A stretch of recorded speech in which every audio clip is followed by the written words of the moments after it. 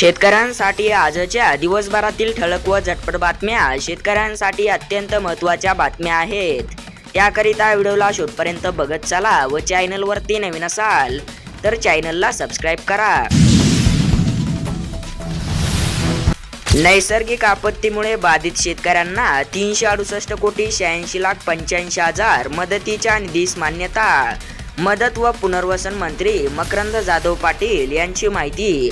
आता जर पाहायला गेलं तर अमरावती, अकोला, यवतमाळ, बुलढाणा या जिल्ह्यातील शेतकऱ्यांना ही मदत मिळणार आहे। शेतकऱ्यांना कर्जमाफी देऊ पण सरसकट नाही, चंद्रशेखर बावनकुळे। महसूल मंत्री चंद्रशेखर बावनकुळे असे म्हणाले आहेत की फक्त गरीब शेतकऱ्यांचीच कर्जमाफी करण्यात येणार।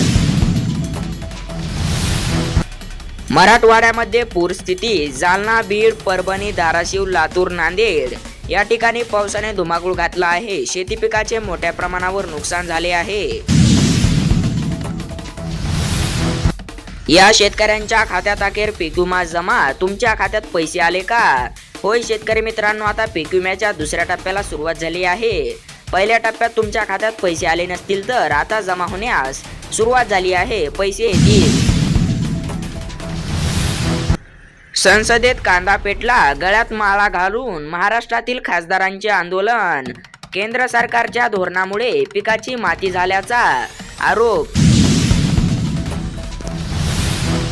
सोयाबीनच्या दराबद्दल बातमी। बाजार समिती परतूर या ठिकाणी सोयाबीनला जास्तीत जास्त प्रति क्विंटलला 4,600 रुपयाचा दर मिळतोय, तर कमीत कमी दर हा 4,400 रुपये, तर सरासरी सोयाबीनला 4,500 रुपये प्रति क्विंटलचा दर।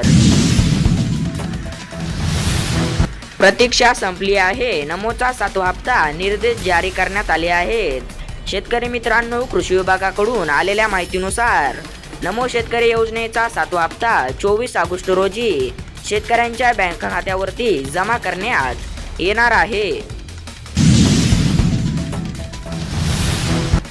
विदर्भ, कोकणात पावसाचा जोर कायम राहण्याची शक्यता। राज्यातील काही भागात गेल्या 2 दिवसापासून मुसळधार पावसाचा जोर सुरू आहे। हवामान विभागाने पुढील 5 दिवसात राज्यातील काही भागात जोरदार पावसाची शक्यता व्यक्त केली आहे। सतर्क रहा। शेतरस्त्यामुळे कृषी अर्थव्यवस्था होणार बळकट। मुख्यमंत्र्यांच्या आश्वासनाला मूर्तरूप देण्याचे नियोजन। सदस्यपदी आमदार रणवीर सावरकर यांची नेमणूक। ई पीक पाहणी प्रक्रियासाठी शेतकऱ्यांना अडचणी। खरीपातील शेतकरी स्तरावरील ई पीक पाहणी 1 ऑगस्ट पासून सुरू झाली आहे, परंतु ई पीक पाहणी करताना मोबाईल ॲपद्वारे नोंदणी लॉग इन साठी अडथळे येत आहेत। त्यामुळे शेतकरी आता संतापले आहेत। लाडक्या बहिणींना मोठा दिलासा। आदिती तटकरेंनी केली मोठी घोषणा। लाडक्या बहिणींना आता लवकरच पुढचा हप्ता मिळणार आहे। आदिती तटकरे यांची मोठी घोषणा, मोठा दिलासा। शेतकऱ्यांच्या हितासाठी सरकार कटिबद्ध आहे। मुख्यमंत्री देवेंद्र फडणवीस।